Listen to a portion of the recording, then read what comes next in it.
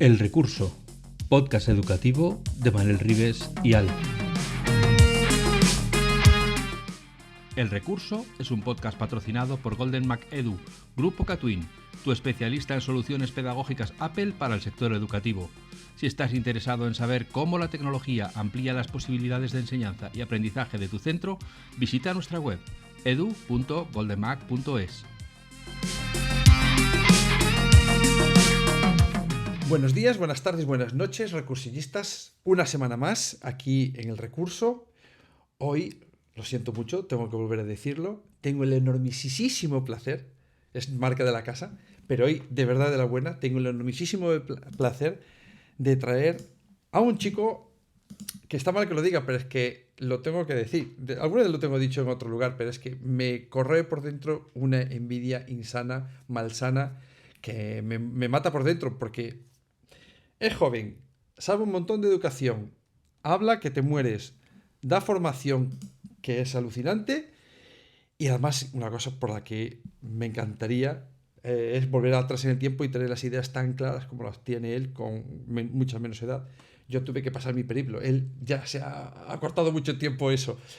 Se llama David Chacón, trabaja en el colegio de La Milagrosa, además tiene tiempo para estar en Just Edu, que es un grupo de gente que sabe muchísimo de educación, son unos frikis enfermos de la educación, pero de la buena.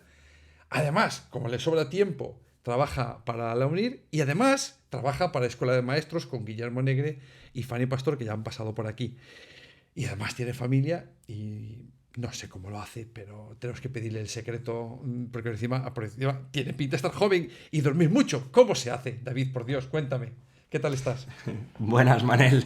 No sé quién te ha encargado esta presentación, quién te ha pagado algo para que hagas esta presentación, porque, bueno, Nadie. al final tú bien sabes que se hace lo que se puede, que se hace lo que uno va viendo a su alrededor, que se va impregnando de esa energía, de esa vitalidad que tiene la gente que tiene alrededor, y yo estoy rodeado de gente muy, muy buena y bueno, muy contento de estar aquí contigo, de pasar un ratito charlando y empecemos. Bueno, pues una de las cosas que antes lo decía en plan broma, pero yo lo pienso en serio. La idea de que alguien que salga de la facultad o que ya desde la facultad o antes de la facultad, no lo sé, pero que tenga las ideas mucho más claras, a mí me ha llevado muchísimo tiempo y yo, una de las cosas que yo te quería preguntar es, ¿cuándo te diste cuenta que querías ser maestro? Sí, bueno, la verdad es que en la época en la que te tienes que plantear que quieres ser de mayor, o eres vocacional, como sí que la hay mucha gente, o es complejo, ¿no? Estás en una época en la que te gusta todo y no te gusta nada. Me gustaba mucho la parte de la psicología, me gustan mucho los niños, me gusta mucho trabajar con la gente y bueno, decidí empezar la carrera de magisterio y poco a poco pues he ido digamos, queriéndola más, ¿no? Queriendo más a la profesión. Es decir, al principio sales de la universidad, empiezas a trabajar en algo que no sabes cómo va a funcionar y poco a poco vas ganando en experiencia, vas rodeándote, como te decía antes, de gente muy buena que te va aportando, que te va guiando, que te va dejando ser tú, y eso es lo que va haciendo que crezca un poco tu vinculación o tu amor por la profesión, ¿no? Y luego, pues bueno, tú bien sabes, tengo un pequeño que tiene 4 años y en el momento en el que él nació, o casi más en el momento en el que nos planteábamos que quedaba poco para ir a la guardia y para ir al cole, es cuando de verdad creo que en la cabeza, por lo menos en la mía, hizo un clic de pues que me tenía que convertir, ¿no?, en ese profesor que me gustaría para mi hijo, ¿no? No siendo nada extraordinario, ni mucho menos, pero en cómo mirar a los alumnos que tenemos en clase, a las alumnas, sabiendo que tienen sus vidas, tienen sus historias y lo principal y lo primero es que nosotros podamos ser lo más empáticos posible con ellos y tratarlos de la manera que cada uno se merece, ¿no? A mí me ha pasado, me pasó. Esto es lo que tenemos los gallegos, que a veces no conjugamos bien sus tiempos compuestos. En mi propia vida de no saber qué quería ser y descubrirlo. Me imagino haciendo otra formación, otro tipo de vida Y a veces me he preguntado, pues, ¿qué habría hecho? Evidentemente, pues me habría adaptado, pero no sé si hubiese tenido la pasión que a veces siento, ¿no? Por esta profesión de cómo hacer las cosas. Y eso me ha llevado a reflexionar de, ¿no crees que a veces a los pequeños les hacemos tomar decisiones demasiado pronto? Cuando en la vida, pues gente relevante como tú, que hace las cosas de una manera que, pues, a donde hay que mirar, y dices, ostras, si alguien que lo está haciendo tan bien no lo tenía claro a esa edad, ¿cómo lo van a tener los demás? Sí, tomar decisiones muy pronto y luego lo que hacemos bastante es ponerles etiquetas mucho más pronto aún, ¿no? Es decir, todos esos roles los intensificamos a los niños, les hacemos ver, pero ya no solo en el cole, desde casa, ¿no? El tipo de niño que vemos en él, cómo es y cómo le ponemos esa etiqueta que va marcando totalmente su forma de ser, ¿no? Y que a veces pesa, ¿no? Pesa como si fuera una losa. Y luego lo que decías, ¿no? Esa toma de decisiones debes decidir hacer una cosa u otra que quizá después tampoco está muy permitido equivocarse, ¿no? No nos gusta que la gente se equivoque o que, por ejemplo, yo pienso en mi hermano que empezó a la carrera y no le encantaba, pues cambia, vete a otro sitio, es que pierde un año, pues que pierdes un año. Pero sí, ojalá, lo bonito será que la vida sea tan larga que ese año sea insignificante, ¿no? Es decir, que al final es que, no sé, nos urge todo, ¿no? Vamos con mucha urgencia por ahí. Sí, sí, vamos con los tiempos quizás demasiado marcados y es muy difícil luego salirse de ese esquema preestablecido. Y luego me entiendo que a lo mejor socialmente no está bien visto, ya te etiquetan otra vez, perdedor o que no lo sabe, y eso condiciona muchísimo a las personas, yo lo entiendo. Pero a mí me parecen muy valientes las personas que 1, 2 o 3 años después de empezar una carrera, incluso conozco casos de gente que lleva con buenas notas, sacando, recuerdo ahora mismo me viene a la cabeza un ingeniero que estaba en segundo, en tercero, sacando buenas notas y pararse y decir a la familia, esto no es lo que quiero para mí. Hay que ser muy valiente para hacer eso y decir, yo quiero ser cocinero. Aparte dices cocinero, ¿no? Porque si dices, no, voy a ser piloto, algo que socialmente esté bien visto, pues los padres dicen, bueno, guay, pero en el momento que tú dices algo que socialmente, bueno, ahora los cocineros todo el mundo tiene a lo mejor la visión de un chef, tal, pero nadie sabe que va a ser un chef, va a ser el cocinero, luego ya veremos a dónde llegas. Ostras, le seguimos poniendo etiquetas hasta a nivel social, ¿no? De lo que significa tu profesión. Y eso te etiqueta a ti también. Y es un poco, no sé. Una de las cosas que a ti te han etiquetado, junto con Guillermo Negre, es en el desarrollo, me vas a contar cómo nació eso, en el desarrollo de las UDIs y el desarrollo de un planteamiento diferente, de propuesta didáctica diferente con los nanos. Cuéntame cómo comenzó todo aquello.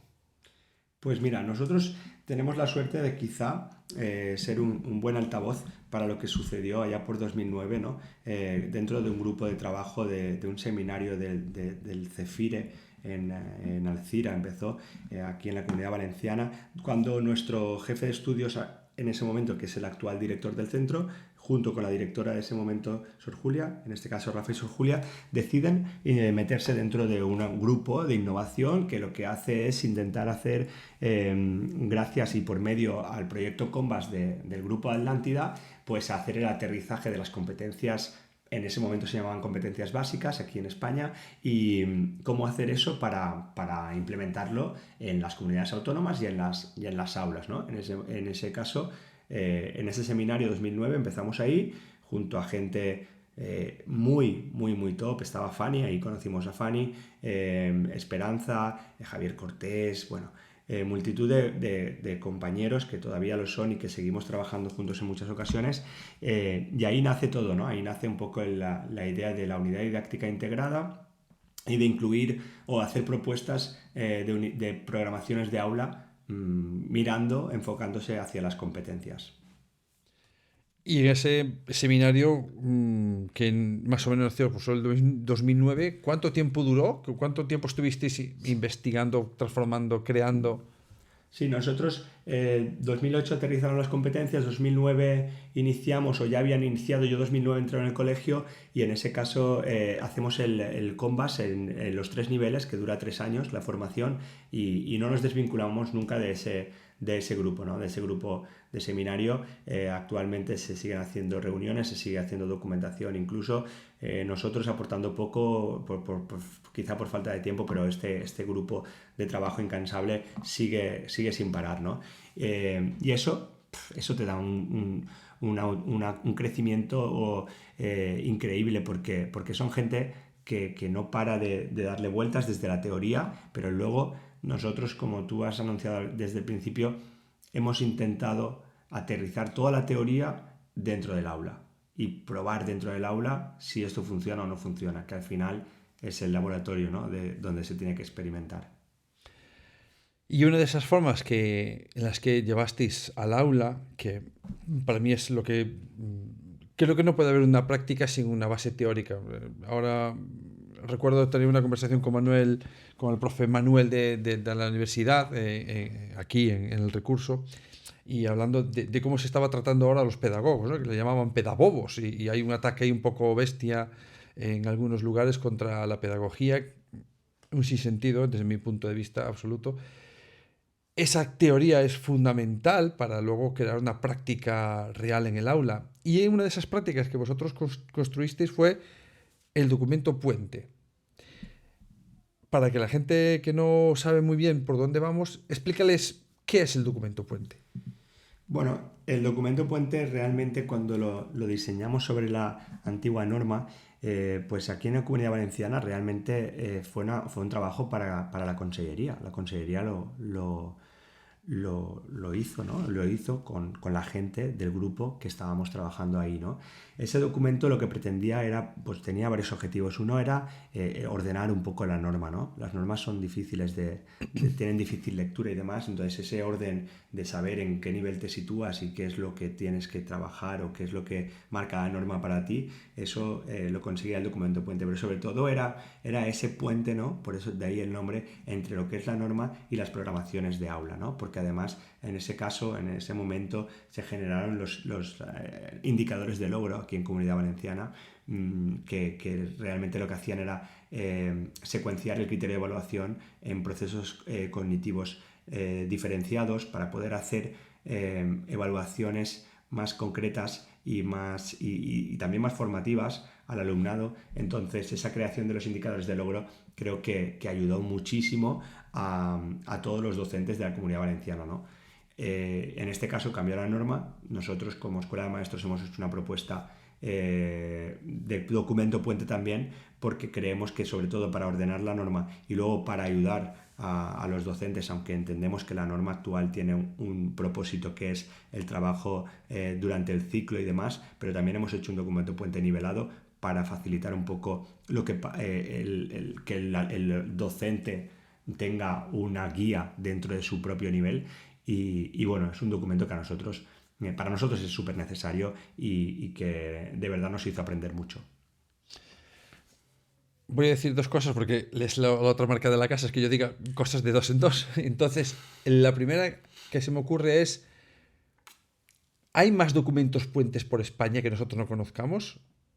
No. La vuestra es la única propuesta. Sí. Que conozca yo, digo así porque yo lo único que conozco es la vuestra, pero puede haber más que yo conozca, no. En el momento que la Consellería lo adoptó como suyo y nos encargó ese trabajo, ninguna comunidad autónoma que yo sepa tenía documento puente. Y la verdad es que facilitaba muchísimo el trabajo.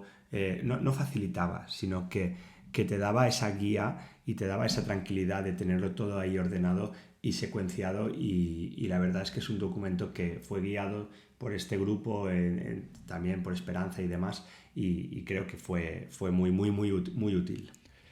Pero hablas de él en pasado, pero me has dicho que tenéis como una propuesta que podría utilizarse actualmente. Sí. Si mañana, bueno, mañana cuando la gente escuche este podcast, será mañana también para ellos. Entonces mañana dice, ostras, yo no lo tengo para mi comunidad autónoma, pero me está contando que es una forma muy visual porque es un documento real en la que llevas desde los criterios de evaluación, en este caso actualmente se llaman criterios de evaluación, y los llevas exactamente nivelados para que puedan tener elementos concretos que puedan utilizarse para luego las evidencias, etcétera, etcétera. Sí. Si alguien te dice, ¿podemos acceder a eso? ¿Está en algún sitio? ¿Podría la gente consultarlo? Sí, te hablaba en pasado porque te hablaba del documento oficial, ¿no? Dado por Consellería y demás, que eran elementos orientativos, ¿eh? Y con ese mismo fin lo hemos creado ahora. Lo que pasa es que ahora lo ha generado Escuela de Maestros.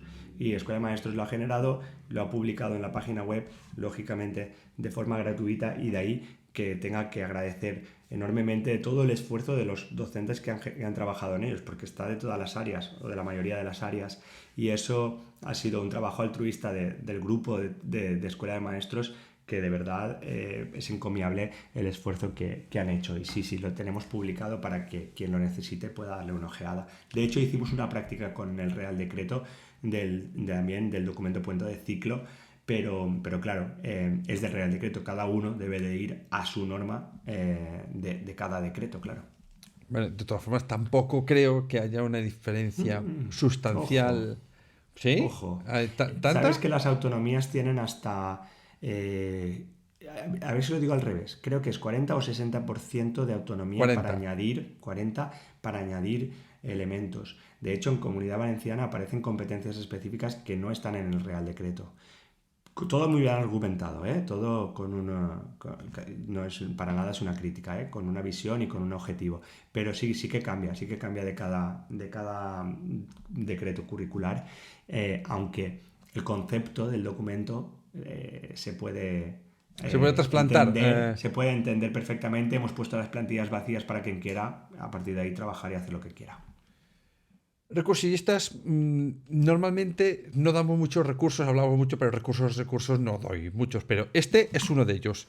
O sea, hay que irse, buscáis Escuela de Maestros, os va a salir de primer lugar, y ahí hay un lugar, que si no lo pondremos en las notas, donde podéis bajar esta información. Esta información a mí se me antoja tremendamente útil para nosotros como docentes, porque es lo que muchas veces hemos hablado de que nos falta esa concreción desde las normas al aula y cómo poder crear lo que nosotros tenemos que utilizar para nuestras programaciones didácticas. Y esta gente lo ha puesto de forma altruista. Curiosamente, no han pedido ni 50 likes, ni sígueme 25 veces en Instagram, que luego me lo compartes en tus reels para que luego me llegue a mí y tenga 800 más seguidores. No, lo han puesto gratis en una web, como se hizo toda la vida. De todas formas, hoy queríamos hablar también, o concretamente, de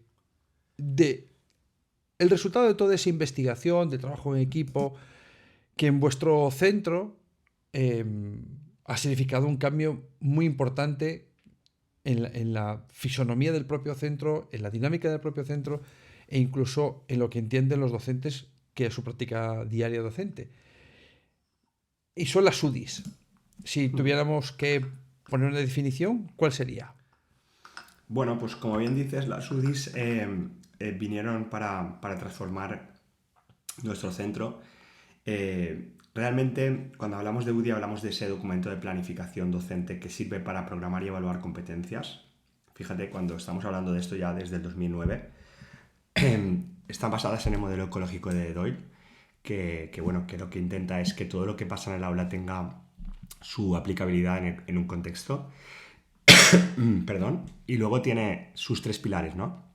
La parte de la concreción curricular, la cual pues se basa en estos elementos normativos que venimos hablando.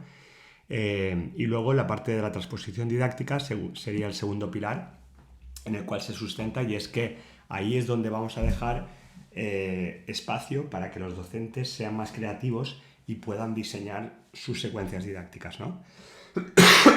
Perdón. En ese sentido, secuencias didácticas relacionadas con, por ejemplo, aprendizaje basado en proyectos, design thinking, aprendizaje servicio o cualquier secuencia didáctica tipo que tiene las fases del aprendizaje significativo, ¿no? Ahí, dentro de la transposición didáctica, tú bien sabes que nosotros diferenciamos terminología específica, y está la parte del ejercicio, de la actividad y de la tarea, que si quieres... Sí, no, ahí quería pararme porque seguro que os la han preguntado 101 millones de veces pero si yo hago ejercicios, si yo hago tareas, si yo hago actividades, y me estás rompiendo la cabeza. ¿Qué diferencia hay entre esos tres términos?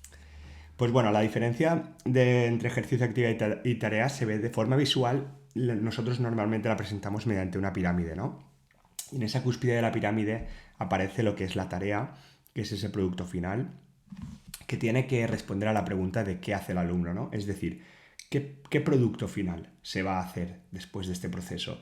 Y luego está vinculado a una práctica social. ¿Cómo? Respondiendo al para qué lo hace. Es decir, este producto final tendrá asociado un valor cultural, un valor artístico, un valor social, un valor científico, que luego estará alineado con el propósito, con los propósitos de nuestro alumnado, ¿no? Ese para qué responde a los propósitos de nuestros alumnos, ¿no?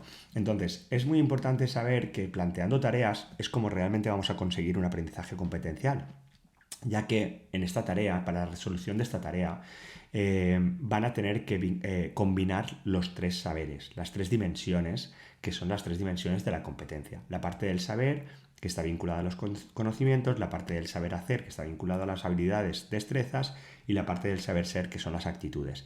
Pues solo mediante la combinación de estos tres saberes para resolver un problema complejo y contextualizado es como llegamos a trabajar de forma competencial, y por lo tanto las tareas son una forma de poder evidenciar aprendizajes competenciales, ¿no? Esta tarea que está en la cúspide está secuenciada en diferentes actividades, que son los pasos que tienes que seguir para llegar a hacer ese producto final. Estas actividades son diversas porque cada actividad está asociada a diferentes procesos cognitivos de orden superior y está muy contextualizada, ¿vale? Son pasos necesarios.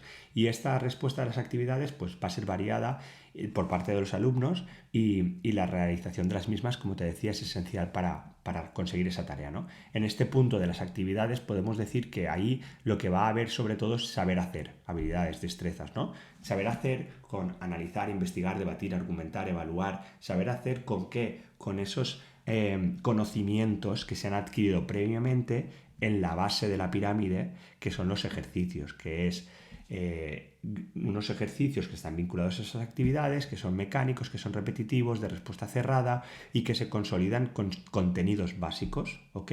Entonces ahí copiar, memorizar, definir son base de la pirámide para después, son el saber, de las dimensiones sería el saber, para después poner en práctica dentro de las actividades o la tarea ese saber adquirido, ¿no? Y entonces vemos la importancia de cada uno de estos peldaños de la pirámide, sabiendo que la única forma de trabajar competencialmente es llegando hasta arriba, ¿no? Que habitualmente en muchas prácticas docentes nos hemos quedado en la base, ¿no? Que son los ejercicios. Y a partir de esos ejercicios se hace un tipo de evaluación, con lo Correcto. cual... A partir de ahí tendríamos, esto sería la parte de la transposición didáctica, ¿no? Y luego nos queda el siguiente pilar sobre el que se sustenta, que es la evaluación, ¿no? Los elementos de la evaluación, y es decir, asociar instrumentos de evaluación a las evidencias que estamos trabajando en las aulas, ¿no? Y eso daría para otro podcast seguramente. Sí. Y luego... Cuenta con ello. Perfecto. Y luego tener presente también que desde hace un tiempo y con la llegada del DUA dentro de la educación un poco, ¿no? Hemos visto que integrando elementos del diseño universal para el aprendizaje hacemos que la UDI, además de unidad didáctica integrada, sea unidad didáctica integrada inclusiva. ¿Okay? Y entonces ahí vemos que en el diseño de las experiencias, del diseño de las UDIs, estamos consiguiendo gran parte o adelantando mucho camino en relación a la parte de la inclusión. Esta parte de la inclusión, que siempre ha existido la intención de incluir al alumnado con diferentes problemáticas, ahora es mucho más visible cuando se intenta hacer ver que no se trata de centrar la visión en los que tienen un problema concreto, sino de dar cabida a todo tipo de alumnado, ¿no? Vosotros habéis hecho cambios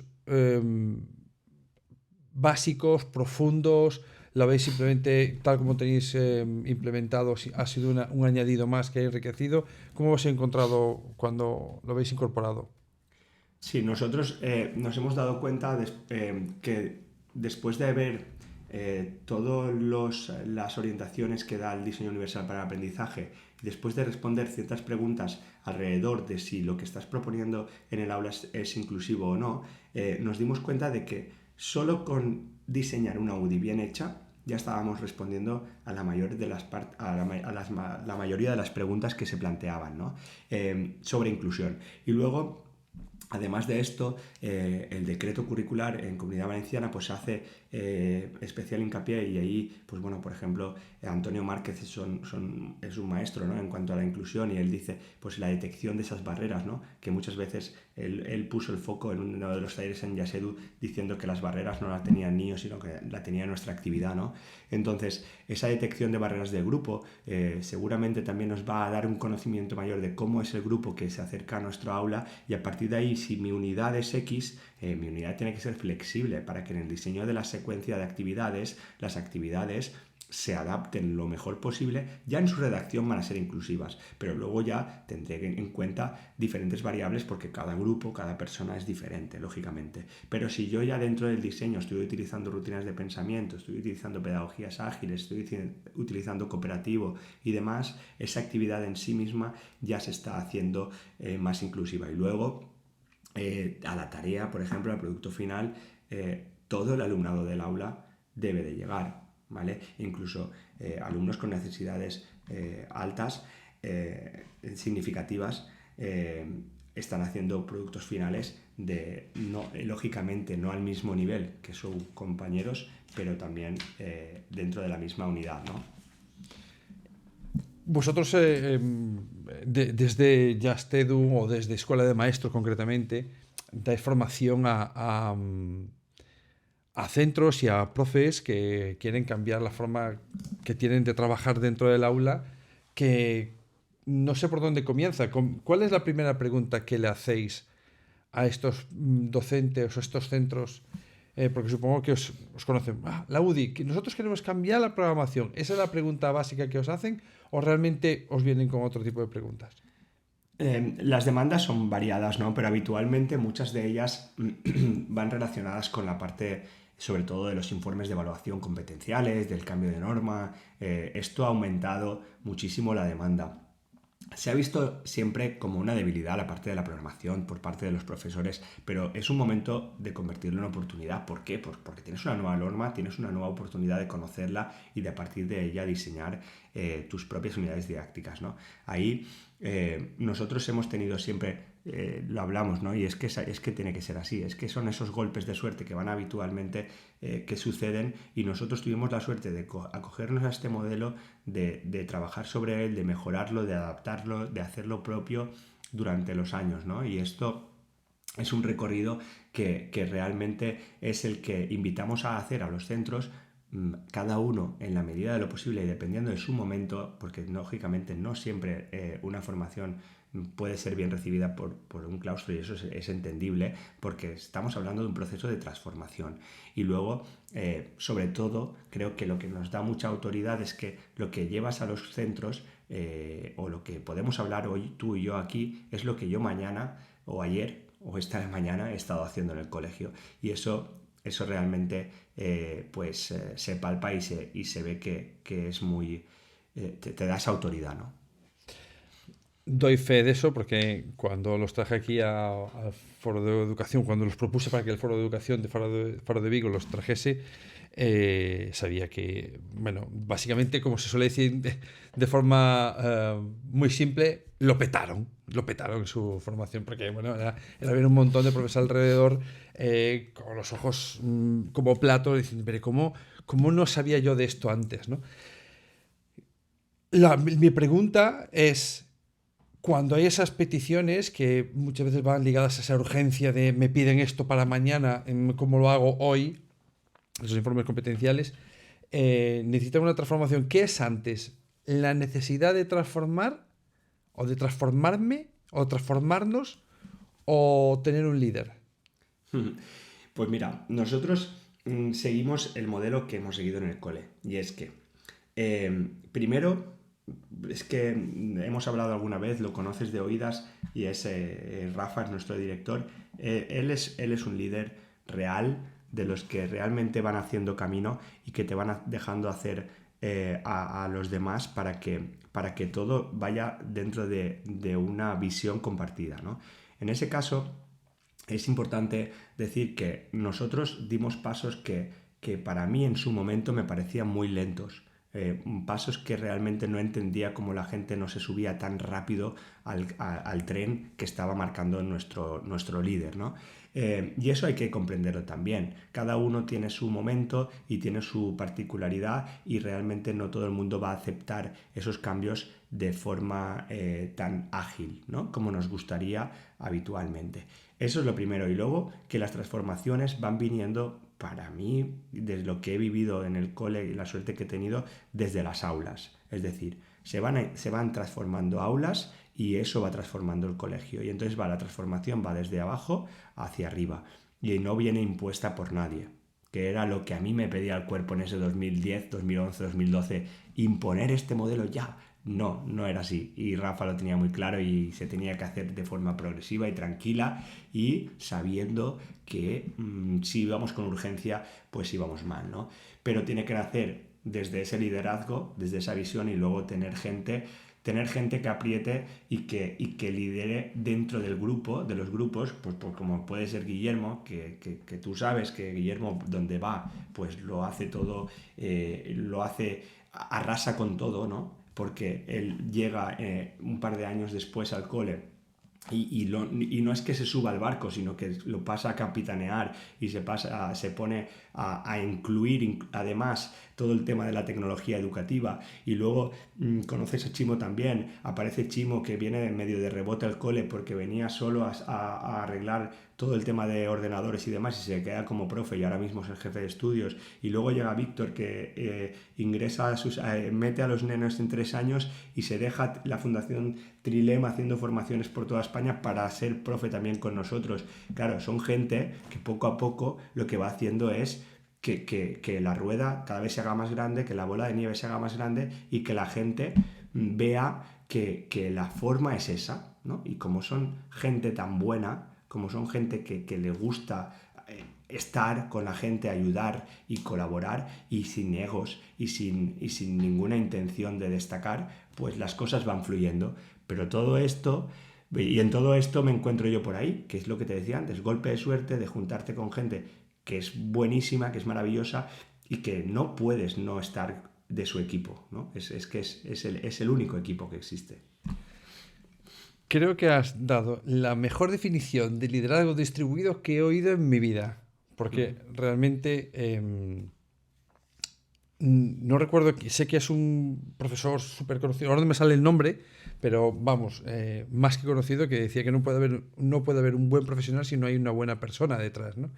Y en este caso, que los conozco, son, bueno, magníficas personas que, tú has dicho, esa falta de lucha de egos, no lo necesitan, no necesitan demostrar ningún galardón ni ninguna medalla, porque básicamente no va con ellos, ¿no? Y eso supongo que hace que la masa crítica de personas no haga más que crecer, ¿no? Y que crecen todos girando en el mismo sentido, que es lo complicado. Pero no sé, nunca he sabido, y acabaré por jubilarme sin saberlo, si es primero el líder que permite eso o el barco que conduce el líder ya tiene esa dinámica y el líder simplemente marca el camino. No lo sé, es una duda existencial que tengo. ¿En tu opinión? En este caso ha sido desde el liderazgo primero individual. En ese caso, en este momento estaba Sor Julia, después vino Sor Paquita, gente que dejó hacer, que son gente de la entidad titular que dejó mucho. Confío mucho en la visión que tenía Rafa y le acompañó y la mejoró incluso, y ese liderazgo vino de él. A partir de ahí, lo que ha hecho él es que cuando ha visto y ha detectado que gente de su alrededor puede aportar más en algún área o en alguna competencia, le ha dado un liderazgo, pero no con una presión, sino que le ha ido dejando florecer, ¿no? Le ha ido dejando hacer. Y eso es algo que no se puede forzar.